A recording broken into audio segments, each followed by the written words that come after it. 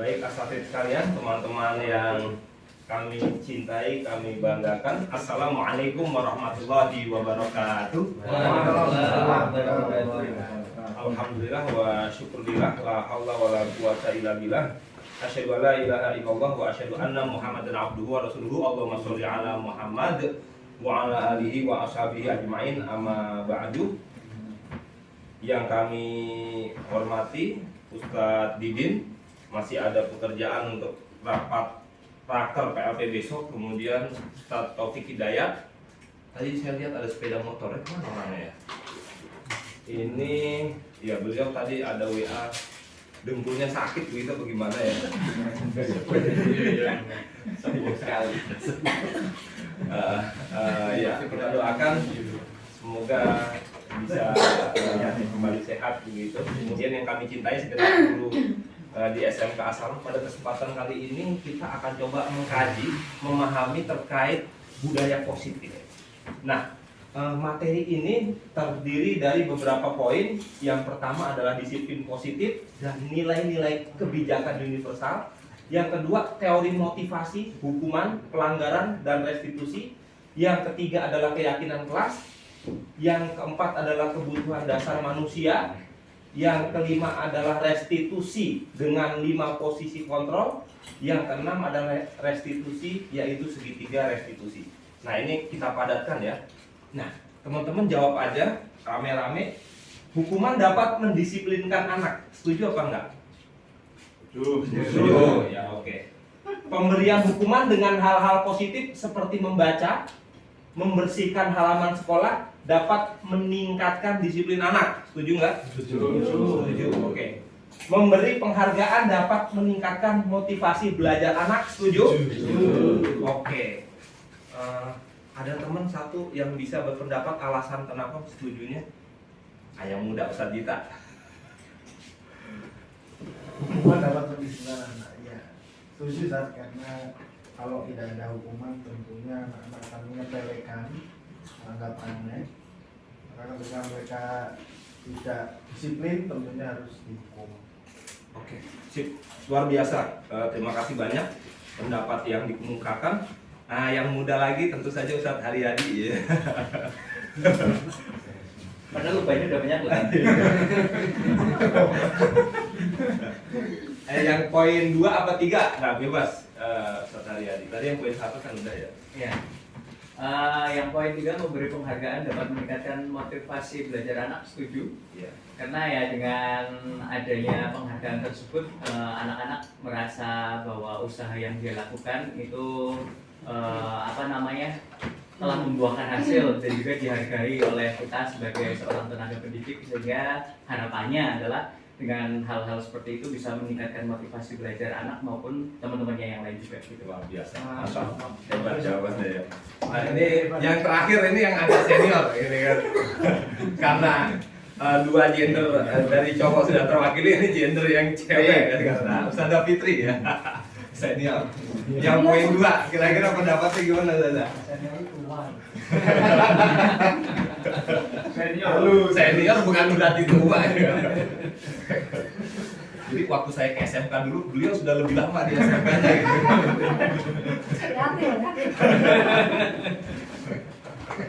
Ya, nomor 1 nggak setuju. Karena namanya kalau di pesantren itu bukan hukum, tapi tanbih. Kalau mau diluruskan nanti Ustaz Farhan, kalau kita aja sekarang bukan mahkamah lugu atau mahkamah, tapi tanbih. Nah, tanbih itu artinya pembinaan. Jadi kalau hukuman itu cenderung kayak anak mungkin ketakutan dan seterusnya. Tapi kalau pembinaan itu karena konsekuensi yang dia lakukan, gitu. Sehingga anak sadar, oh saya ini malah pesannya ini. Jadi kalau hukuman itu agak kurang bersahabat dengan Iya, anak. saya kira sudah kita pahami ya maknanya. Yang poin 2 nih yang belum ada alasannya, Ustazah Fitri. Hukuman yang positif, ya setuju. Setuju ya? Oke. Karena pemberian hukuman, tapi pembinaan. Tapi kata hukumannya ini yang tidak setuju. Oke, terima kasih banyak pendapat yang diberikan. Nah, sementara itu kita lanjut lagi. Nah, di sini kita coba akan belajar tentang perubahan paradigma teori kontrol. Nah, ini ilusi. teman-teman sekalian, ilusi guru mengontrol murid itu ilusi, bukan kenyataan. Ilusi bahwa kritik membuat orang merasa bersalah, dapat menguatkan karakter, ini juga ilusi. Kenyataannya nggak begini. Kemudian ilusi bahwa semua penguatan positif, efektif, dan bermanfaat, tidak semuanya. Dan ilusi bahwa orang dewasa memiliki hak untuk memaksa. Nah, ini juga ilusi. Jadi yang senior itu ilusi ini. Enggak ya, yang senior itu tidak punya untuk memaksa gitu kan. Nah, ini ilusi. Nah, maka sekarang kita bisa lihat ini. Siapa yang memiliki kontrol sesungguhnya?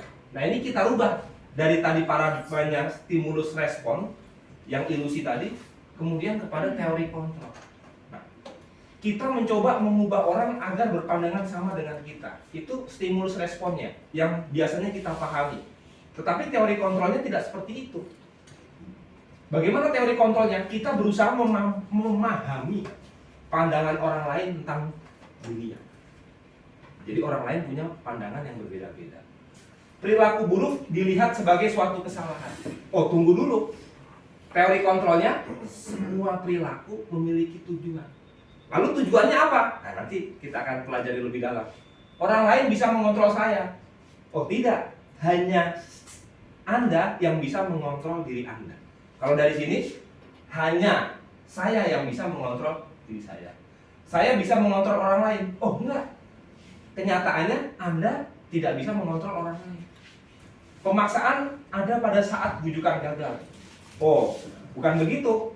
Kolaborasi dan konsensus menciptakan alternatif-alternatif atau solusi-solusi baru. Model berpikir menang kalah? Oh, bukan. Model berpikir menang-menang.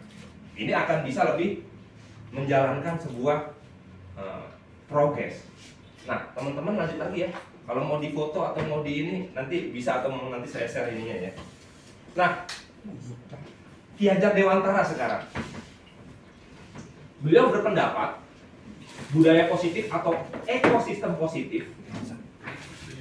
Ini kutipannya beliau ya. Bukan saya yang bicara tapi beliau. Beliau adalah lulusan pesantren gitu ya. Pesantren yang di Indonesia pada tempo dulu ya. Yang dilanjutkan ke sekolah-sekolah yang ada di luar negeri gitu ya. Nah, kita ambil contoh perbandingannya dengan hidup tumbuh-tumbuhan seorang petani. Dalam hakikatnya, sama kewajibannya dengan seorang pendidik yang menanam padi misalnya. Hanya dapat menuntun tumbuhnya padi. Ia dapat memperbaiki kondisi tanah, memelihara tanaman padi, memberi pupuk dan air, membasmi ulat-ulat atau jamur-jamur yang mengganggu hidup tanaman padi, dan lain sebagainya. Jadi fokus kita adalah bagaimana menjaga agar tanaman padi itu bisa berkembang maksimal. Nah, ini teman-teman sudah paham, lebih paham daripada saya karena saya orang Solo yang tinggal cukup lama di Jakarta dan di Pondok Asalam, jadi nggak begitu ngerti bahasa Arab. Kok bahasa Arab? Ini bahasa Jawa, ya kan? Nah, maksudnya apa? Menuntun setinggi-tingginya dunia akhirat sebagai manusia dan anggota masyarakat. Itu konsep Ki Hajar Dewantara. Nah, sekarang kita akan belajar motivasi intrinsik. Pendidik perlu fokus menyediakan suasana belajar dan proses pembelajaran yang memungkinkan anak menguatkan dan tumbuh kembangnya motivasi intrinsik anak. Di mana anak senantiasa merasa kompeten, saling terhubung, dan otonom. Kita coba pahami itu ya. Jadi ini anak nih yang termotivasi oleh dirinya sendiri. Tentu saja lewat tuntunan kita ya. Nah, di sini kita mengenal inquiry apresiatif. Nah, kalau inquiry itu waktu kita membuat RPP, kita memahami ya inquiry, pembelajaran inquiry apa? Learning. Apa sih inquiry itu? Pengalaman. Ya, pengalaman. Berbasis pengalaman. Apresiasi. Nah, oke. Sekarang tadi kata-katanya ya. Sekarang kita coba menafsirkan secara gabungan kata. Inquiry apresiatif. Ini adalah suatu filosofi dan landasan berpikir tentang perubahan yang berfokus pada upaya kolaborasi, kooperatif, koevolusi untuk menemukan hal terbaik atau positif dalam diri orang-orang, dalam organisasi mereka, dan dunia di sekitar mereka. Jadi kalau di SMK banyak anak yang tidur, itu kita tidak fokus pada membetulkan anak yang tidur, tetapi kita fokus kepada hal positif apa yang dimiliki anak tidur ini. Mungkin itu tidak tersalurkan sehingga dia tidur. Nah, gitu. Kemudian dalam SMK ini yang tidak punya gedung, itu kita tidak fokus pada tidak punya gedungnya kita ini, tetapi pada hal kekuatan apa yang SMK miliki untuk bisa berkembang ke arah yang lebih baik. Jadi kita tidak fokus pada kelemahan atau kekurangan atau kejelekan, tapi kita fokus pada apa yang kita miliki, positif apa yang kita miliki. Inilah inquiry apresiatif. Ada yang belum paham? Saya kira udah paham ya. Nah, di sini adalah kerangka berpikir atau helikopter view dari materi disiplin positif. Ini ada makna disiplin, teori motivasi, 5 positif kontrol, 5 kebutuhan dasar, kemudian ada keyakinan kelas, dan ada segitiga restitusi. Cukup banyak, nanti kalau emang udah waktunya teman-teman harus ada kegiatan, saya persilahkan ya. Serius, nggak apa-apa ya. Eksplorasi konsep. Oke, sekarang kita disiplin positif dan nilai kebajikan universal. Apakah makna disiplin? Berasal dari kata disiplina. Sekarang kita akan bahas yang ini ya. Namun dalam budaya kita, makna kata disiplin ini telah berubah. Jadi yang di sini ya, menjadi sesuatu yang dilakukan seseorang pada orang lain untuk mendapatkan kepatuhan. Saya guru nih, antum guru juga, saya kepala sekolah, antum kepala sekolah. Seolah-olah antum patuh kepada saya sebagai itu. Nah, itu sebenarnya tidak seperti itu disiplin. Makna disiplin ini nih. Disiplin diri membuat orang menggali potensinya menuju sebuah tujuan apa yang dia hargai. Saya lanjutkan ya. Kecenderungan umum adalah menghubungkan kata disiplin dengan ketidaknyamanan. Wah, gak nyaman. Bukan dengan apa yang kita hargai atau pencapaian suatu tujuan mulia. Padahal harusnya kan disiplin itu untuk tujuan mulia. Pakai bahasa Arab, pakai bahasa Inggris, itu tujuannya mulia sekali. Dan lain sebagainya ya, nanti waktunya habis takutnya. Nilai-nilai kebajikan universal. Maksudnya apa? Nilai-nilai kebajikan adalah sifat-sifat positif manusia yang merupakan tujuan mulia yang ingin dicapai setiap individu. Nilai-nilai tersebut bersifat dari universal dan lintas bahasa, suku bangsa, agama maupun latar belakang. Maksudnya bagaimana? Kita agama Islam, kita meyakini suatu hal. Seluruh yang ada di agama Islam, kalau kita tanyakan kepada seluruh orang yang ada di dunia ini, mereka pasti akan sependapat.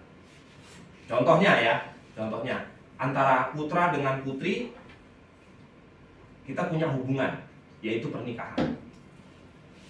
Kalau di luar negeri sana ada hubungan tidak nikah, tetapi mereka punya hubungan khusus. Entah istilahnya apa ya, mungkin girlfriend atau boyfriend gitu ya. Dan mereka juga akan marah, akan sakit hati ketika girlfriendnya itu dicaplok atau dipinjem atau di ini orang lain. Jadi sebenarnya itu sama ya. Maksudnya nilai-nilai itu tetap ada. Oke. Setiap perilaku atau perbuatan memiliki suatu tujuan. Ini teorinya beliau ya. Dengan mengaitkan nilai-nilai kebajikan yang diyakini seseorang, maka motivasi intrinsiknya, nah ini kita bicara, akan terbangun sehingga menggerakkan motivasi dari dalam untuk dapat mencapai tujuan mulia yang diinginkan. Nah, di Pondok As-Salam ini tadi masih sama disiplin seperti itu, sehingga anak-anak melakukan suatu kegiatan itu berasal dari ekstrinsik. Akibatnya belum di wisuda, dikasih libur aja keluar. Nah, mereka punya motivasi intrinsik macam-macam, gitu ya. Salah satunya anak SMK ya, yang hampir saja waktu itu ketika saya detik-detik mau wisuda ya, tuh saya pikir udah ini tidak usah di wisuda. Oh nggak bisa gitu kan? Kalau sampai anak ini tidak di wisuda, bisa protes karena ada teman-temannya yang lain juga punya kasus yang sama gitu kan, dan dia di wisuda juga, itu salah satunya. Nah maka kita sebagai pendidik, kita harus, tujuan utama kita ini nih, mereka itu bisa termotivasi intrinsiknya, bukan ekstrinsiknya. Lanjut lagi teman-teman. Nah kalau di negara kita, ini kebijakan universalnya ya, yang sudah kita pahami. Saya kira ini hubungannya dengan Islam cukup kuat ya. Poin pertama, beriman, bertakwa kepada Tuhan yang Maha Esa dan berakhlak mulia. Siapakah agama di Indonesia ini yang Tuhannya Maha Esa? Nah, Ustaz Arifin lebih tahu itu ya. Saya kira di Indonesia ini yang agama Tuhannya Maha Esa ada berapa Ustaz? Ya cuma Islam aja Ustaz ya. Nah, berarti ini konsep Islam. Gitu kan. Kristen Tuhannya nggak tahu berapa ya. Saya juga nggak mau pelajari. Trinitas. Kemudian Buddha dan lain-lainnya lebih banyak lagi. Jadi ini Islam ini. Mandiri, bernalar kritis, berkebinekaan global, bergotong royong dan kreatif. Ya luar biasa. Ini adalah nilai-nilai kebajikan di Indonesia yang kita sepakati bersama. Nah, bentuk program kebajikannya ini. Dalam memberikan apresiasi tadi, inquiry apresiasi ya, beri pengakuan secara khusus, pengakuan secara pribadi, pengakuan secara semua murid bergantian, kemudian konsisten dan fokus. Jadi kalau murid kita ada yang melakukan sebuah kebaikan, kemarin maghrib ada santri SMK, ya sebut nama ya, oke, namanya Bimo. Dia janjian sama saya tuh ketemu dari sehari sebelumnya, pengen ketemu saya, baru bisa ketemu kemarin maghrib. Siangnya saya lupa ada janjian sama beliau, sama anak itu. Iya. Habis maghrib ketemu, apa? Dia ngasihkan kunci kelas SMK yang harusnya terkunci, kemudian dia punya kesalahan menduplikat kunci dengan sketsa yang canggih, kemudian dia keluar, dia dapat kuncinya, terus dia buka kunci SMK itu. Saya tanya, apa tujuanmu masuk ke SMK? Saya di asrama tidak nyaman Ustaz. Saya di asrama rasanya nggak betah. Saya pengen suatu tempat yang aman, yang nyaman. Itulah. Oh hebat ya. Kamu bisa berbuat lebih parah daripada hanya di SMK hanya ngumpet dan mungkin dia mainan laptop juga. Kamu bisa ngambil laptopnya temanmu terus dijual. Kamu bisa ngambil barang-barang SMK yang mahal-mahal terus dijual, tapi kamu tidak melakukannya. Nah, berarti kan dia punya tujuan. Yang tujuan itu adalah nanti kita pelajari di kebutuhan dasar manusia. Nah, ini contoh-contohnya ya. Pasti teman-teman udah pada bisa ya. Kemarin saya perhatikan, kemudian saya menghargai titik-titik. Terima kasih untuk tadi ya. Terima kasih untuk rasa tanggung jawabmu mengembalikan kunci SMK yang sudah kamu. Kalau sudut pandang negatif, kamu ini gimana tuh? Sampai apa? Kunci SMK diduplikat di kamu apa kamu? Kamu pelanggarannya, kamu saya hukum kamu. Anak itu jadi bermental gagal. Akhirnya dia tidak jadi punya inisiatif untuk berbuat baik. Dia kembali kepada dunianya yang dia alami sebelumnya gitu. Oke, di sini kita akan eksplorasi lebih dalam ya. Motivasi, hukuman, dan penghargaan. Dan yang terakhir adalah restitusi. Teman-teman kalau mungkin harus di sana ya, karena di sana juga cukup penting. Semoga ada barokahnya di sana. Ini ya. Oke, ini ya. Nah tadi saya bilang motivasi eksternal, dan yang terakhir adalah motivasi internal. Apa yang memotivasi kita? Yang pertama, untuk menghindari ketidaknyamanan atau hukuman. Apa yang akan terjadi apabila saya melakukannya? Nah kebanyakan di pondok kita motivasinya ini eksternal. Karena kita pendidik, karena kita bukan sebuah negara yang santri itu ada di dalamnya selama seumur hidup mereka. Ini harus berusaha kita yakini bahwa ini kurang tepat. Bahwa santri kita suatu saat akan keluar dari pondok ini. Dan apabila tidak ada motivasi eksternal kita, itu sangat berbahaya. Untuk mendapatkan imbalan dari orang lain, institusi. Apa yang akan saya dapatkan apabila saya melakukannya? Tadi yang seperti Ustadz Haryadi sampaikan, kemukakan. Wah, kita mendapatkan penghargaan, ranking paralel dan lain sebagainya. Nah, ini motivasi eksternal. Kalau nanti dia sudah dewasa, dikhawatirkan kalau tidak ada fulusnya, dia jadi lemes, gitu kan? Atau fulusnya dikurangi. Nah, misalnya kita punya insentif sekian, habis itu insentifnya diturunkan, langsung lemes gitu. Ini karena motivasinya mendapatkan imbalan. Nah, yang ini nih yang perlu kita dekatkan kepada anak didik kita untuk menghargai dirinya sendiri. Saya akan menjadi orang yang seperti apa apabila saya melakukan sesuatu ini. Tujuan disiplin positif. Motivasinya ya dari anak itu sendiri kita maksimalkan, kita gali. Nah ini. Sekarang kita akan coba melihat merdeka menurut Ki Hajar Dewantara. Merdeka itu artinya tidak hanya terlepas dari perintah, akan tetapi juga cakap buat memerintah diri sendiri. Jadi sebenarnya sama-sama aja diperintah, cuma yang satu itu diperintah eksternal, yang satu lagi yang memerintah adalah dirinya sendiri. Inilah yang dimaksud dengan kemerdekaan, mampu memerintah dirinya sendiri. Nah ini ya, oke teman-teman,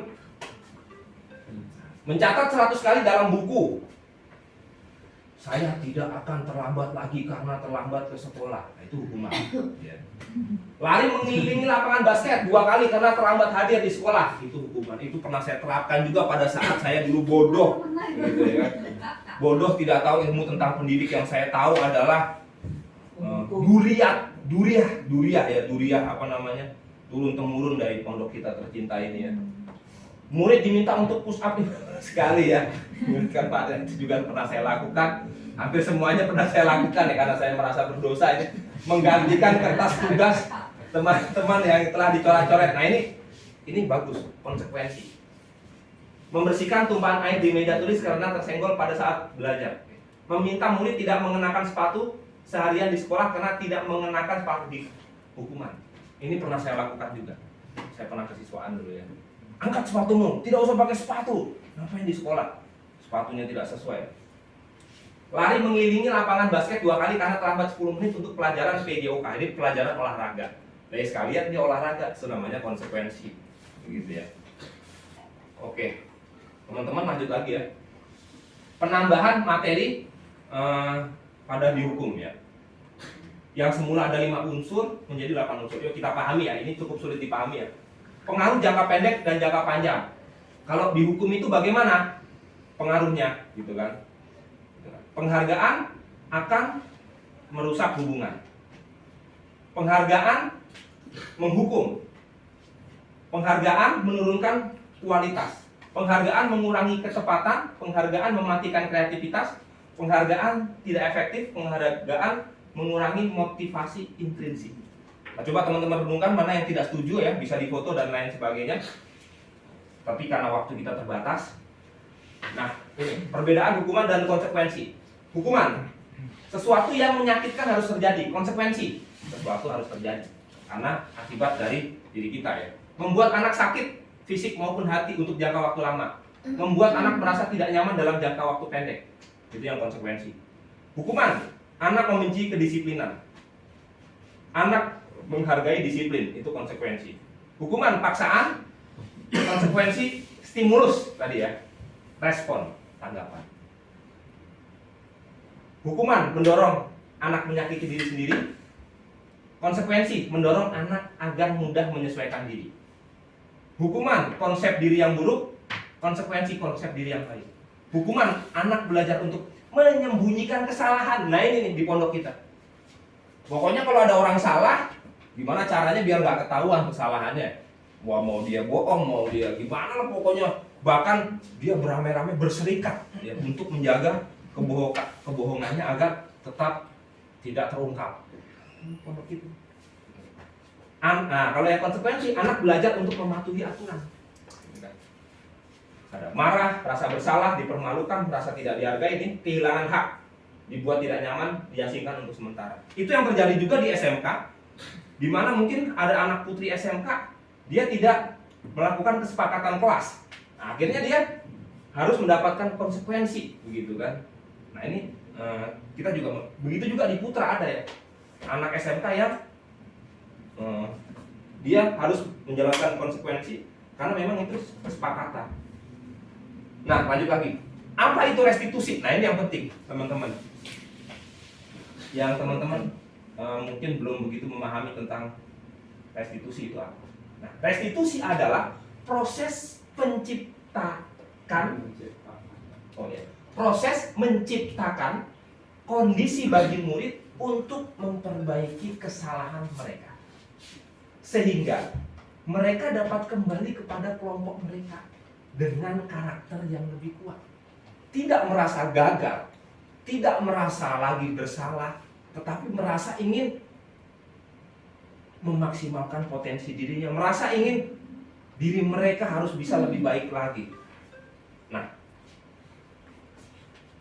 ini menurut Gosen ya, restitusi juga merupakan proses kolaboratif yang mengajarkan murid untuk mencari solusi untuk masalah mereka dan membantu murid berpikir tentang mereka ingin menjadi orang seperti apa. Tentu saja tujuannya mulia ya. Dan mereka harus bagaimana dalam memperlakukan orang lain. Konsepnya luar biasa ya, restitusi itu. Nah, coba tolong dipahami ini. Di sini ada bagan konsekuensi dan restitusi ya. Kalau hukuman kita udah tahu ya, ini identitas gagal. Ini sangat mengkhawatirkan kalau ini yang menjadi idola kita untuk mendidik anak-anak kita. Sesungguhnya kita tidak mendidik. Sesungguhnya kita sedang merusak ya, murid kita. Ini bahaya sekali. Nah, sekarang kita masuk yang ke konsekuensi. Masuk kepada identitas sukses, disiplin, konsekuensi. Ini saya baca aja ya. Sesuatu yang menyakitkan harus terjadi, itu hukuman. Konsekuensi, sesuatu harus terjadi. Restitusi merupakan pilihan. Tidak nyaman untuk murid atau anak untuk jangka waktu panjang, tidak nyaman untuk murid atau anak jangka waktu pendek. Ini menguatkan murid dalam jangka waktu panjang. Korban mendapatkan keadilan, tanda kutip tapi korbannya. Korban bisa diabaikan, konsekuensi.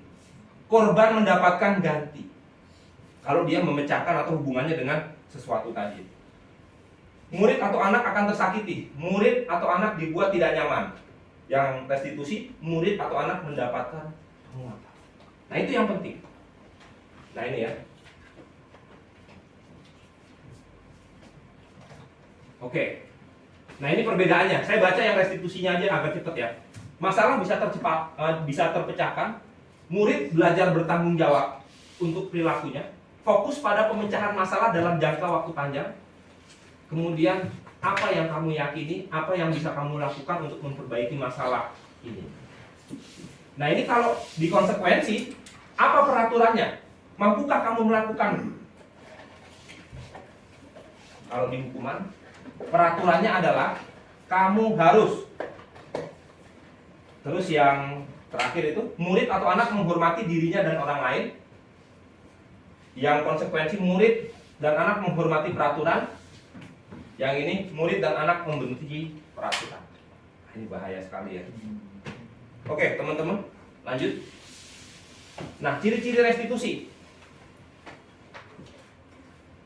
Bukan untuk menebus kesalahan, namun untuk belajar dari kesalahan. 2. Memperbaiki hubungan. Tawaran bukan paksaan. Restitusi menuntun untuk melihat ke dalam diri. Restitusi mencari kebutuhan dasar yang mendasari tindakan. Nah, tadi ya. Restitusi diri adalah cara yang paling baik. Restitusi fokus pada karakter bukan tindakan. Restitusi fokus pada solusi. Restitusi mengembalikan murid yang berbuat salah pada kelompoknya. Oke. Nah, teman-teman, silakan ya. Kalau mau ke sana, ini kita sudah masuk keyakinan kelas ya. Nanti takutnya kalau saya mulai klik, teman-teman lebih tertarik lagi, nggak jadi kesono-kesono, saya yang disalahkan ya kan. Ya, terima kasih banyak ya. Nanti kita eksplorasi lebih dalam kalau ada yang lain lagi ya. Oke ya.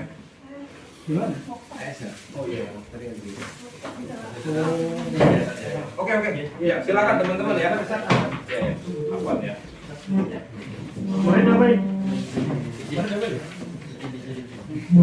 Bisa diwakilkan nanti antum mulai kesiswaannya kan ada kesiswaannya di sini. Kesiswaannya kan juga dapat undangan di sana tapi ya. Iya. Selaris. Tahu nggak nih? Nanti paling ada dikirim. Iya siap. Filenya nanti aku kirim, tenang aja. Oke. Besok tadi kagak ikutan kan? Menarik. Menarik ya. Kelasnya. Nah ini karena yang punya kelas wali kelas. Oke ya. Saya 15 menit deh. Oke, 15 menit lagi, nggak masalah, nggak masalah. Oke, kita lanjutkan ya. Keyakinan kelas. Maksudnya apa sih keyakinan kelas? Nah, mengapa tidak peraturan saja, peraturan kelas? Mengapa harus keyakinan kelas? Nah, ini jawabannya. Mengapa kita memiliki peraturan harus menggunakan helm bila mengendarai kendaraan roda 2? Mengapa kita memiliki peraturan 3M? Masker, mencuci tangan pada saat COVID ya. Mengapa kita memiliki peraturan harus datang tepat waktu pada saat mengikuti pelatihan? Nah, untuk mendukung motivasi intrinsik, kembalikan ke nilai-nilai atau keyakinan-keyakinan, karena akan lebih menggerakkan seseorang dibandingkan mengikuti serangkaian peraturan-peraturan. Jadi ketika kita ingin tadi ya kita hilangkan peraturan. Tapi ketika kita ingin melakukan kesepakatan, maka yang terpenting adalah bukan kesepakatan itu, tetapi ininya bagaimana kita bisa mendongkrak motivasi intrinsiknya. Jadi kita harus bisa bersama-sama berdiskusi dengan anak. Lanjut lagi. Nah ini kesepakatan kelas ya. Kami guru dan murid yang saling menyayangi. Nah, jadi bersama-sama ya. Ya walaupun kita sudah punya draft ya, tata tertib santri. Tapi oke lah draft itu. Tetapi agar kita bisa lebih memotivasi intrinsik santri-santri kita, itunya dikesampingkan dulu. Kita tuntun mereka untuk bisa menemukan keyakinan-keyakinan yang ada di tipsar tersebut atau di aturan yang sebenarnya sudah kita lakukan.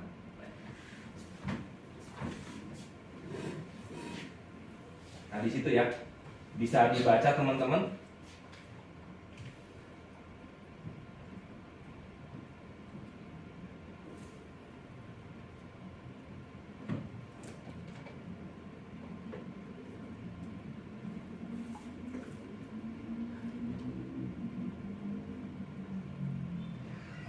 Kita kedepankan ininya, bukan aturannya.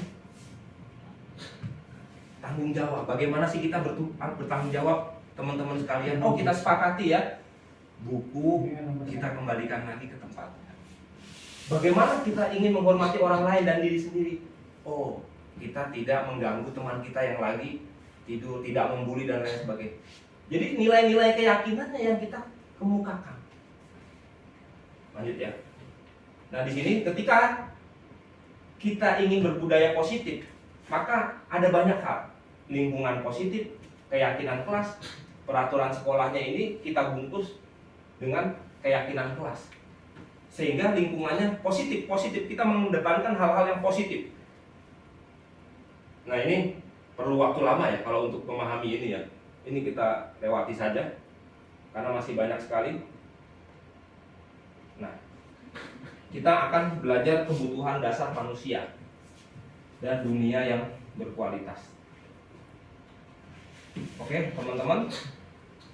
Ya, saya agak senden-senden sebentar karena ini ya lagi saum jadinya agak ini. Agak dikendorin karena orang-orang yang dikit saya kendorin dikit ya. Oke, teman-teman. Nah ini 5 kebutuhan.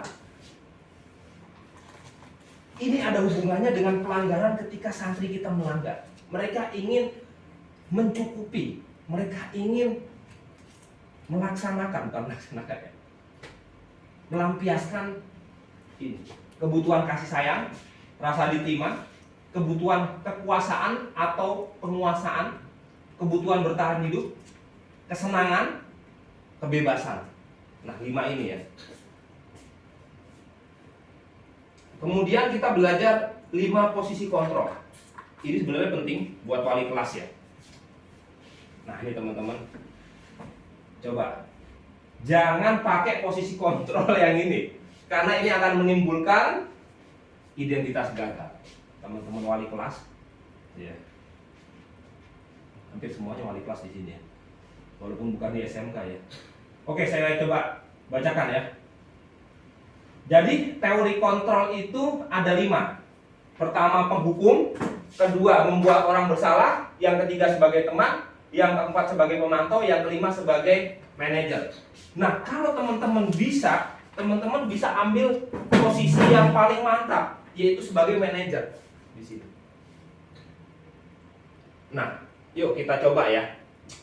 Oke, penghukum dan membuat orang berseramah seperti itu ya. Menghardik, menunjuk-nunjuk, menyakiti. Kalau kamu tidak melakukannya, awas ya. Ini dulu pernah saya lakukan seperti itu. Gitu ya. Nah, ini membuat orang berasa bersalah. Ibu kecewa ya. Ibu lelah sekali, atau ustadz menyembunyikan, menyangkal, berbohong. Kamu bohong ya? Gitu, kamu. Oke, kalau teman membuatkan alasan untuk murid-muridnya. Ayolah, lakukan demi ibu. Masa kamu tidak mau? Ingat, ibu pernah bantu.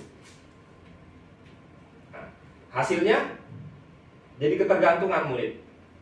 Murid meletakkan guru di sebagai orang yang sangat penting di dunia, berkualitas. Murid bergantung pada guru. Murid berkata, saya pikir bapak ibu teman saya. Ternyata begitu.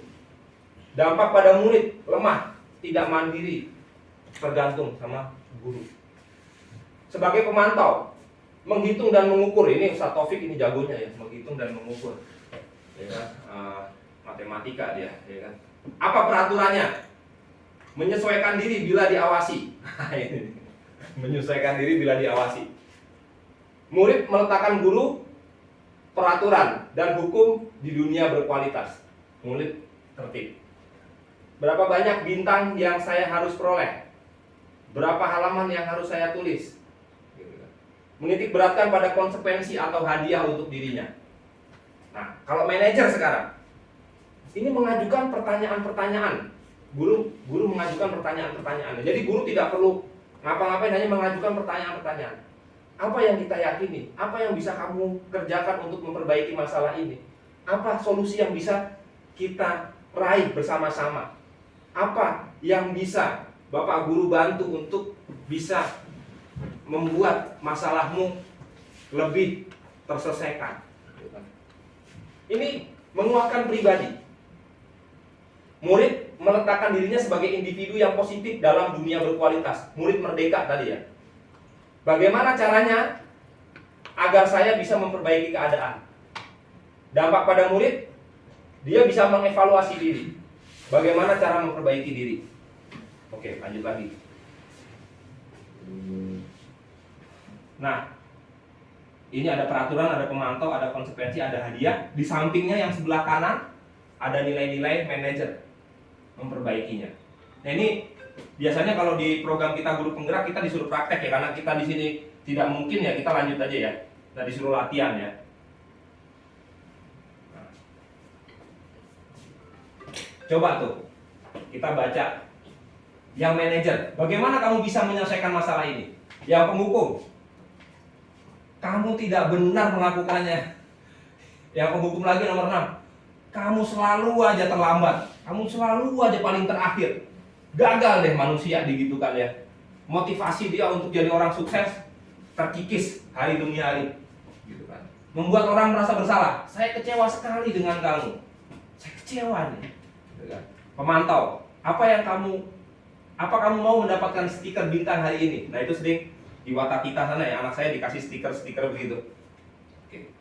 Nah, sekarang kita masuk ke segitiga restitusi. Ini materi terakhir ya dari pertemuan kita. Konsep segitiga restitusi. Ini agak berat, teman-teman. Mungkin bagi saya ya agak berat. Apa itu restitusi? Tadi udah ya. Udah kita bahas ini. Nah, ini segitiga restitusi. Jadi segitiga restitusi ini ada 3 langkah. Yang pertama adalah kita sebagai guru menuntut untuk menstabilkan identitas. Kenapa? Karena ketika orang merasa bersalah, ketika orang melakukan sebuah kesalahan, dia merasa gagal. Tugas kita sebagai guru adalah menuntut agar dia tidak merasa gagal, tapi kembali ingin memperbaiki kegagalannya dan kembali kepada kesuksesan. Nah ini di sini menstabilkan identitas. Setiap orang pasti pernah melakukan kesalahan. Kamu bukan satu-satunya yang pernah melakukan ini. Nah kemudian langkah kedua adalah memvalidasi tindakan. Jadi kita sebenarnya memvalidasi kebutuhan. Maksudnya apa? Dari tindakan yang salah, sebenarnya apa yang ingin dilakukan anak itu untuk menggapai kebutuhannya? Tadi ya, kebutuhan 5 kebutuhan dasar. Kamu tentu punya alasan mengapa melakukan. Alasan kuat apa nih yang mendasari kamu kok sampai menduplikat kunci itu? Misalnya anak SMK tadi. Adakah cara yang lebih efektif untuk mendapatkan apa yang kamu butuhkan? Kita tanya, ada nggak cara yang lebih efektif? Kamu terlepas dari kekhawatiran terkait hal-hal negatif, tetapi solusinya bukan lagi hal-hal negatif yang lebih lemah, bukan lagi hal-hal negatif yang lebih ringan, tetapi hal positif. Makanya kita tanya, yang terakhir adalah langkah untuk menanyakan keyakinan. Nilai-nilai apa yang telah kita sepakati? Nilai-nilai apa yang kita yakini? Dan langsung kita tanya, kamu ingin menjadi orang seperti apa sebenarnya ke depan? Nah, langkah-langkahnya ini ya. Kemudian lanjut lagi. Nah ini teman-teman, ini inti ilmunya dalam menstabilkan identitas. Kita bisa bertanya ini ya. Berbuat salah itu hal yang manusiawi. Tidak ada manusia yang sempurna. Bapak Ibu juga pernah buat kesalahan. Contoh ketika saya manggil anak SMK yang berbuat salah, saya bilang pada waktu santri dulu, saya juga pernah keluar komplek tanpa izin. Ini kasusnya Fandi nih ya. Waktu saya memanggil Fandi terkait dia keluar komplek hari Sabtu tanggal berapa. Dulu saya juga pernah keluar komplek. Kamu sekarang juga melakukan hal yang sama. Jadi dia tidak lagi merasa gagal, dia ada yang temannya, dia menjadi rileks. Kenapa kok seperti itu? Mungkin ada yang jawab ya, ada yang tanya. Gini teman-teman, anak ketika dia merasa bersalah, ketika dia merasa dia memiliki identitas gagal tadi, kecenderungannya dia apa? Menyalahkan orang lain. Bukan saya salah Ustaz, itu tuh yang ngajakin saya keluar komplek tuh. Kemudian dia berusaha untuk defend atau bertahan diri, berbohong dan lain sebagainya. Nah, energi dia untuk kegagalan tadi itu besarnya sama dengan energi dia untuk menjadi lebih baik lagi, untuk menemukan solusi. Dan dia nggak mungkin, tubuh dia nggak kuat energinya untuk dua hal itu. Maka lebih baik hal yang pertama tadi kita redakan, sekarang kita gas untuk yang tadi, membuat dirinya untuk termotivasi, untuk menjadi sukses. Bapak Ibu tidak tertarik untuk mencari siapa yang salah, siapa yang benar. Bapak Ibu lebih tertarik untuk menyelesaikan masalah yang kamu miliki. Kalau kamu menyalahkan dirimu sendiri terus, apakah kamu bersikap baik pada dirimu sendiri? Nah, orang kalau sudah terlalu banyak melanggar di pondok ini, akhirnya dia sampai tahapan ini. Dia menyalah. Yang putri anak SMK tuh, yang pintar bahasa Inggris namanya siapa? Sharefa ya. Sharefa itu sudah muncul gini. Bahkan ketika saya pernah ngobrol dengan dia tuh pengennya, apa aku mati aja ya? Itu begitu lemahnya ya anak zaman sekarang. Nah ini agak serem ya. Oke, lanjut lagi. Nah sekarang inilah tadi saya belum baca yang ininya ya. Untuk membuat anak-anak yang merasa gagal karena berbuat salah menjadi positif terhadap dirinya. Oke ya. Nah yang ini membantu siswa mengenali basic need, kebutuhan dasar yang ingin dipenuhinya ketika melakukan kesalahan itu. Kayak si Bimo tadi ya, dia kabur dari asrama gitu. Kenapa? Karena di asrama mungkin dia ingin ya, sesuatu di asrama. Kita bisa gali lagi. Nah, pada dasarnya setiap tindakan manusia itu tujuannya adalah memenuhi basic need, kebutuhan dasar. Apakah itu power, apakah freedom, love, and belonging, fun, atau survival. Mungkin si Bimo ini ingin memenuhi survival, atau freedom, atau mungkin love, gitu ya. Nah, kita bisa ungkapkan. Kamu bisa saja melakukan hal yang lebih buruk, tetapi kamu tidak melakukannya. Ini si Bimo tadi ya, dia bisa saja karena punya kunci di kelas itu dia ngapa-ngapain, tetapi di sana dia hanya tidur, mainan laptop. Kamu pasti punya alasan mengapa melakukannya. Apa yang penting bagi kamu? Kamu boleh tetap berusaha menjaga sikap itu, tapi tambahkan sikap yang lain yang baru. Maukah kamu belajar cara lain untuk mendapat yang kamu butuhkan tanpa harus melakukan hal negatif? Jadi ini kan memukul, ini bisa kita ganti ya dengan tanpa kamu harus mengambil kunci, tanpa kamu harus berbohong, tanpa kamu harus kabur ke kelas, kamu tetap di asrama saja. Apakah kamu bisa melakukan dengan lebih baik lagi besok? Apakah kamu bisa melakukan dengan lebih baik lagi besok? Ke depan seperti apa? Nah, ini adalah validasi kebutuhan. Dan yang terakhir, ini menanyakan keyakinan.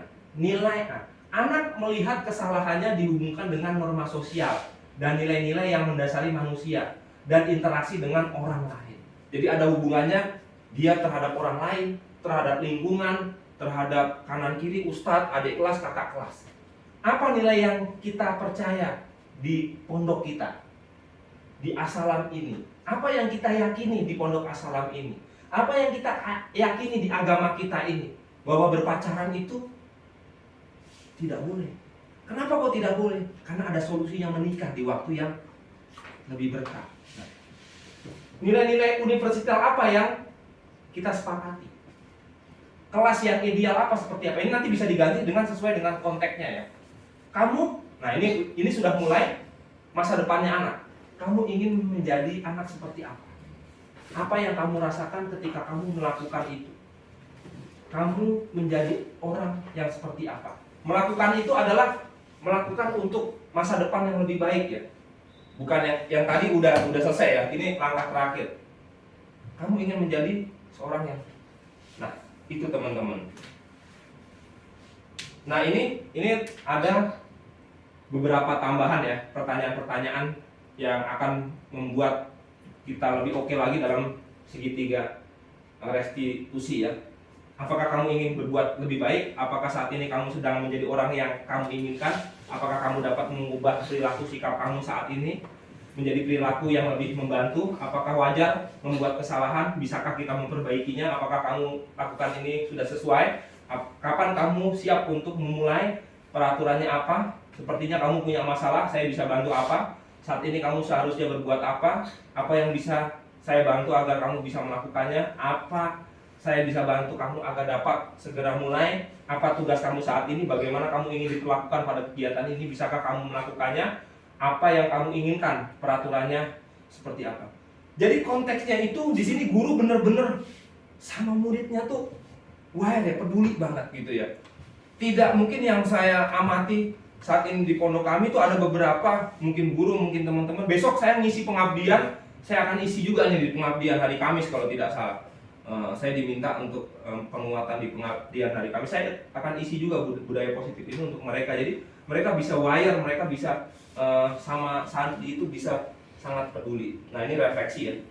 Nah, silakan Bapak asatid sekalian, satu-satu di sini ini sudah materinya sudah selesai. Kemudian mungkin teman-teman bisa menjawab ini dalam hati saja ya. Ini karena waktunya cukup ini ya. Hal baru apa yang mengubah paradigma saya? Yang saya dapatkan, perasaan apa yang muncul selama mengikuti sesi ini, khususnya mengenai makna disiplin dan motivasi intrinsik. Peran Among seperti apakah yang saya telah lakukan selama sesi ini? Saya akan menjadi Among yang seperti apakah setelah mengikuti sesi ini?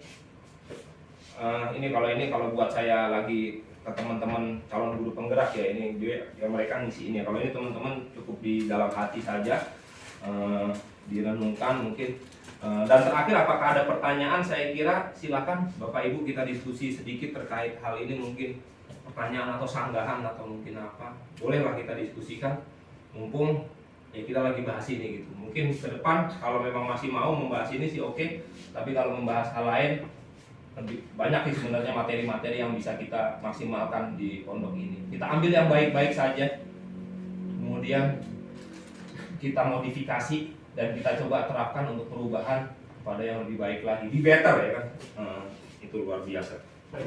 Ya Ustadz, kalau mungkin bisa apa ya, lihat tipsar yang ada di pondok itu gimana menurut kamu dengan adanya ilmu ini? ya terima kasih banyak Ustadz Farhan. Nah, jadi melihat tipsar yang ada di pondok, kita jadikan bahwa tipsar itu dirancang dari bawah Ustaz. Tidak top ke down, tapi down ke up. Jadi tipsarnya itu sudah ada. Tapi bagaimana kita di lapangan ini seolah-olah itu dirancang dari santri. Tapi kita yang setir sebenarnya Ustaz. Gitu. Sampai nanti oh ya sepakat ya.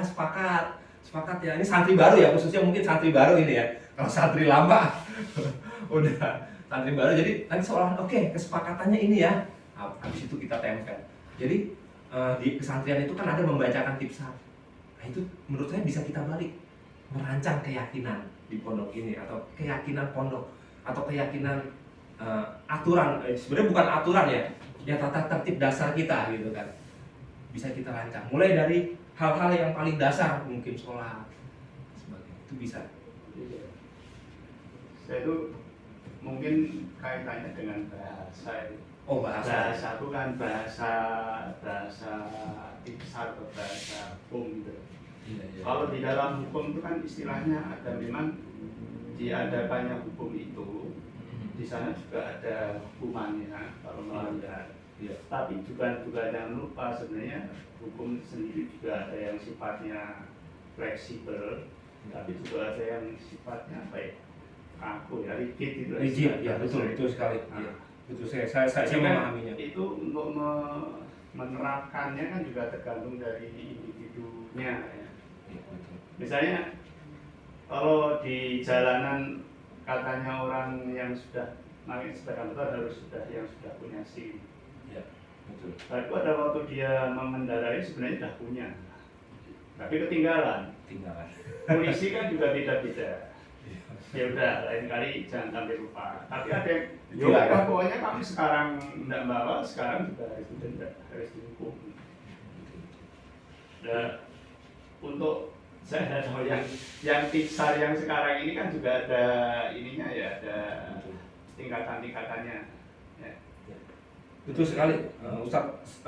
Konsep yang disampaikan Ustadz Farhan luar biasa ya. Jadi saya juga memahaminya bahwa di tipsar itu ada yang kaku. Jadi yang kaku itu memang kita harus sampaikan bahwa ini adalah aturan agama dan ini tidak bisa diganggu gugat. Tetapi sesuai dengan inquiry apresiatif. Nah, yang terpenting adalah bagaimana tadi kita bisa memberi kebermaknaan pada anak, memberi anak itu wawasan. Kenapa kok aturan ini sampai saklek atau sampai kaku begitu, Ustaz? Itu kan yang tidak, mungkin anak-anak itu tidak pernah diajak ngobrol terkait peraturan-peraturan yang saklek begitu.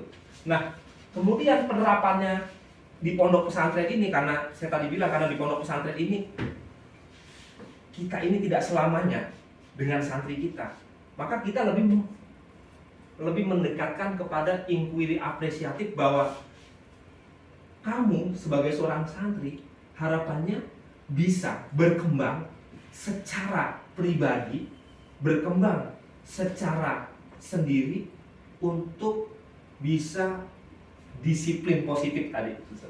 Disiplinnya positif. Hal-hal yang negatif itu sementara sedikit saja kita singgung, karena kan biasanya terlalu banyak porsinya ya untuk negatif. Jadi yang di tipsar itu kan biasanya hal-hal negatif ya. Itu sebenarnya ada kajian agar itu kita balikan menjadi bahasa yang positif. Yang itu ada di sini, Ustaz. Bahasa tipsar tadi ya. Di sini nih. Tapi ini pembahasannya agak panjang, Ustaz. Di sini. Kalau gini, misalnya saya pernah menangani anak ini merokok, ya saya gundul. Iya. Tapi ada anak yang rokok, ya enggak saya apa-apain. Ya, mungkin cukup saya apakan. Iya. Tapi orang kita begini ini harus tahu anaknya masalahnya. Betul. Betul. Nah, untuk mengetahui anak secara menyeluruh dari sekian banyak kan juga enggak gampang. Nggak gampang. Tetapi memang kalau Ustadz Farhan saya memahami betul ya. Jadi Ustadz Farhan kan dulu saya pernah dibimbing Ustadz Farhan ya selama tidak lama ya, bertahun-tahun ya. Bahkan ketika saya dari kelas 1 MTS sampai saya jadi pengabdian itu saya dibimbing oleh Ustadz Farhan ya. Ketika saya 1 MTS itu saya pernah dibimbing beliau itu pada saat apa ya, saya mau nelpon gitu kan, terus ada beliau gitu, kenapa kok nelpon, ada masalah apa gitu, gayanya Ustadz Farhan itu kan. Itu waktu itu masih di satpam itu, saat telepon itu Ustadz. Jadi kita mendapatkan rasa apa ya, perhatian dari ustadz-ustadznya gitu. Mau nggak usah telepon aja ya gitu kan.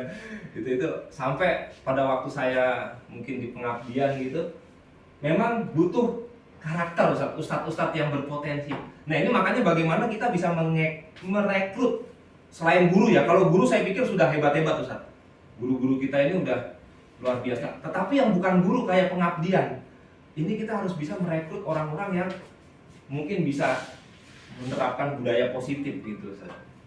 Jadi penerapannya. Tapi ini sekali lagi juga bukan kekuasaan saya, karena saya juga tidak berkuasa untuk rekrutmen juga gitu. Makanya besok saya mau ikutin acara SDM nih. Jadi saya acara SDM kepada adik-adik kita pengabdian itu, saya ingin coba bawakan budaya positif ini. Harapannya SDM juga tahu, oh nggak sembarang orang mungkin bisa menerapkan budaya positif ini gitu kan.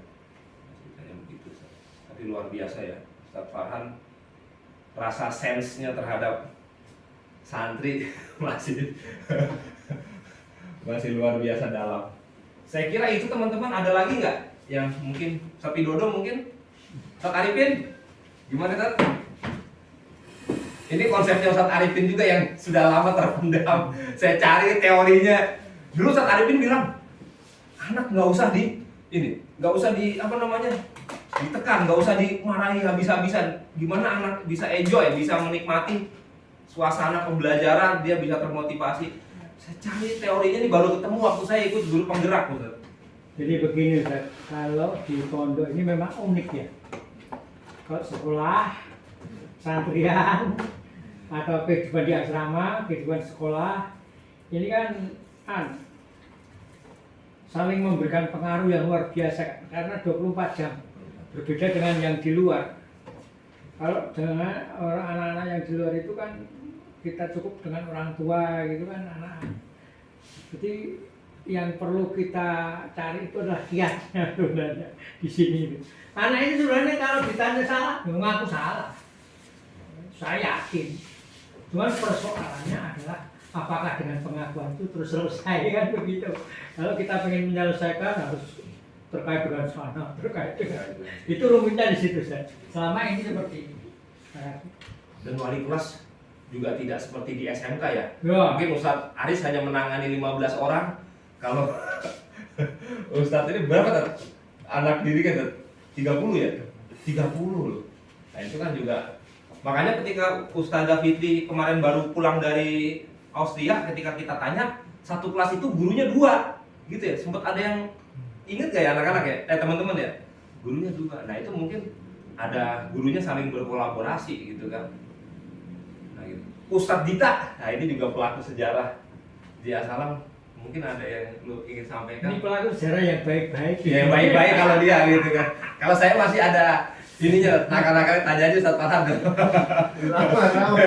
Sekolah saya. Ya bagus. Pastinya dapat perspektif baru. Paradigma baru ya. Paradigma baru. Dulu biasanya sukanya menghukum. Tapi kalau pakai teori ini memang harus banyak ngomong, banyak menasehati, banyak curhatlah, menggali anaknya itu. Dasarnya coaching. Kita sebagai pelatih ya, coaching atau fasilitator. Bedanya kalau coaching itu hanya one person, kalau fasilitator itu beberapa orang. Nah, kalau wali kelas kan fasilitator ya, tapi kadang juga bisa menjadi coaching, menjadi coach ya, coach bahasa Inggris saya belepotan gitu kan. Jadi ya di situ nanti mungkin suatu saat kalau Ustadz Dita ini muda gitu kan, dan kita tahu di SMK beberapa orang sudah sepuh gitu ya. Nah ini khawatir bagi saya gitu kan. Maka teman-teman terima kasih banyak atas kesempatan. Nah Ustadz Aris, ada Ustadz? Tidak ada ya. Ini kayaknya masih ada waktu nggak tuh ke sono tuh? Ya udah setengah ini ya. Jadi ini sengaja saya cepatkan. Nanti saya coba akan rangkum, saya akan coba share di teman-teman di sini. Terus acaranya setelah ini monggo teman-teman bisa mengupload nilai. Sebenarnya acaranya ini upload nilai ya. Upload soal ya. Sorry, upload soal.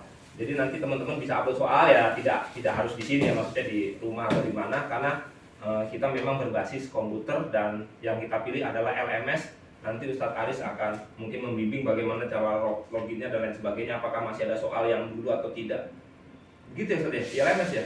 Saya kira masih bisa kalau soal yang dulu kalau mau dipakai gitu kan. Saya kira itu, terima kasih teman-teman sekalian. Kita tutup acara ini dengan bersama-sama berdoa kafaratul majlis. Subhanallahumma wa bihamdika asyhadu an la ilaha illa anta astaghfiruka. Sampai jumpa lagi. Wassalamualaikum warahmatullahi wabarakatuh. Waalaikumsalam warahmatullahi wabarakatuh.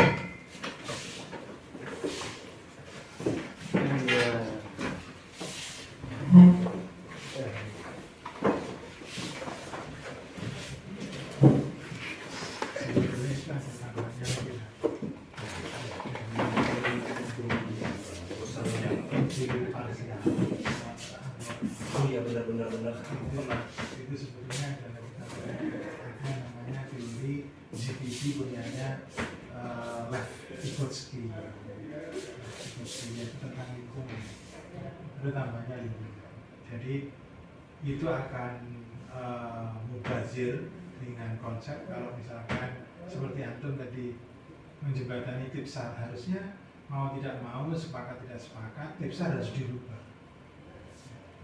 Nah itu makanya pada namanya zone promixtely differently itu punyanya Lev Vygotsky namanya. Lev Vygotsky. Orang Rusia, itu ahli education juga dari Uni Soviet sama Lev Vygotsky. Jadi Lev Vygotsky itu salah satu pengembangan dari apresiasi apresiatif, sehingga sebetulnya saya mau harusnya kita itu kalau misalkan di asal saya boleh katakan meniru Darussalam, Gontor, itu kan tidak pernah berubah. Karena di sini tuh masih juga ada orang-orang Gontor yang notabene-nya wong di Gontor aja tidak pernah berubah kurikulumnya, tetap berjalan ya seperti itu. Nah kalau kita mau seperti ini ya harus ada tinjauan terhadap tips. Salah satunya seperti itu, dan itu harus dirumuskan. Tadi inquiry parsial ya? Nah, Parsial. Jadi inquiry yang teorinya iya inquiry apresiatif, tapi ada tambahan yang ada namanya ZPD, ya. Lev Vygotsky. Itu bagaimana lingkungan mendukung itu gitu ya? Lingkungan. Iya. Salah satunya karena ada 3 variabel nanti. Salah satunya itu memang saya tidak pernah ngomong ini hanya karena sengaja saya ngomong dengan Tapi nggak nyampe ya, karena nanti akan berbenturan dengan kesantrian ya. bukan kesatuan, jadi programnya ini pondok sangat serupa tentang bahasa. Karena di situ salah satunya yaitu language juga. Jadi ketika ada seperti itu, orang itu akan muncul bahasa ibu. Itu efek dari Lev Vygotsky. Nah, sehingga saya itu hanya terdiam saja, sehingga saya itu tidak banyak komentar, kecuali kalau ada secara speak begini saya mungkin masih bisa. Jadi sebetulnya misalkan antum setelah dapat teori itu, akhirnya kan mencoba untuk menyiasati gitu. Padahal itu harusnya dijalani walaupun dengan segala tantangan. Misalkan itu munculnya dari bawah gitu. Gitu. Padahal itu siasat itu kan. Siasat. Harusnya yang dirubah tim sana ya. Harusnya tipsarnya. Mungkin karena sudah melegenda namanya Tuhan. Mungkin dalamnya yang dirubah. Sehingga kita bisa menyiasatinya begitu. Nah, saya secara pribadi, buktinya Pak Ustadz Farhan sukses dengan karakter yang kuat. Antum sebenarnya tadi sudah menyampaikan bahwa yang ini, yang pengabdian ini yang punya karakter. Nah, ketika ada seperti ini, apakah dilihat bahwa menerima pengabdian itu harus hafal juga sekian juz?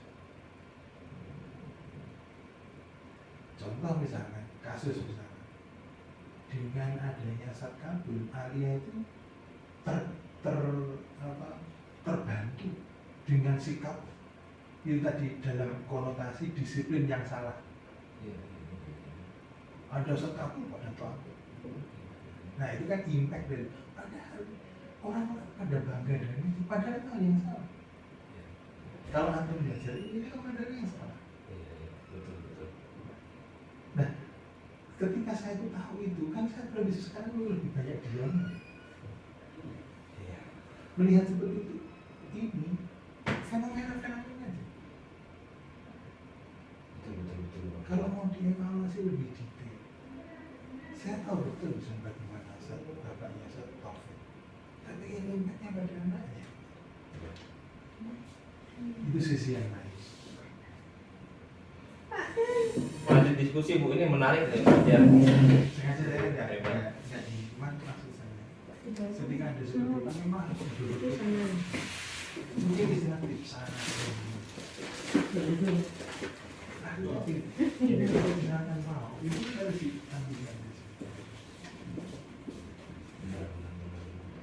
Maka harus ada yang namanya perubahan. Sekarang Gontor juga berubah. Memang secara kurikulum di bawah masih seperti itu. Tapi kan kalau misalkan orang mau mengevaluasi dengan model guru pembelajar begini, guru merdeka, pembelajar merdeka seperti itu sebetulnya cukup membelalakan kita. Tetapi kan kita kadang-kadang bingung mau kemana gitu. Saya jujur aja, Antu sudah mulai bagus dibanding dulu. iya. Dulu kacau banget. Jujur aja saya Kacau banget.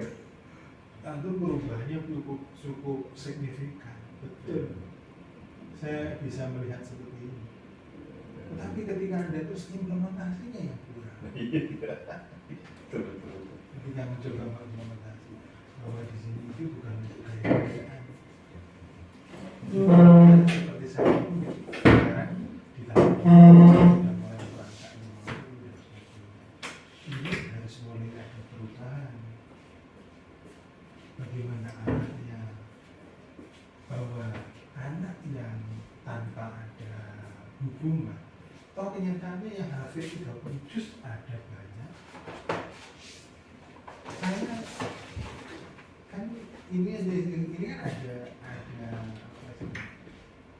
laboratorium kecil. Kalau misalkan saya menangani dulu sempat saya jadi wali, itu yang syahadah itu ada 12 anak di alih.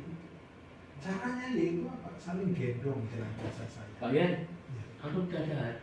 tahun. Udah. Pak Budi, minta tolong HP ku Pak Bud. Itu ini rekamannya masih berjalan. Ya Pak, ambil aja Pak. Oh iya. Terus Udah off nih. belum Pak. Di tahu ya cara